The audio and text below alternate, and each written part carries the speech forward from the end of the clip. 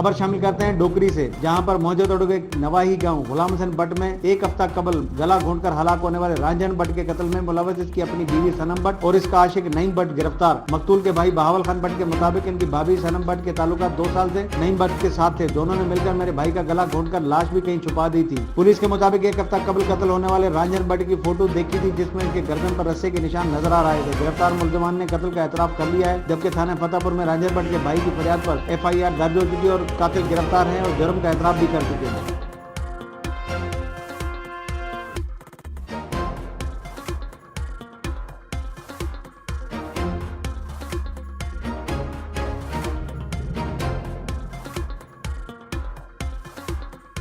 मजीद खबरों और अपडेट्स के लिए देखते रहिए हमारा YouTube चैनल HRJDO न्यूज।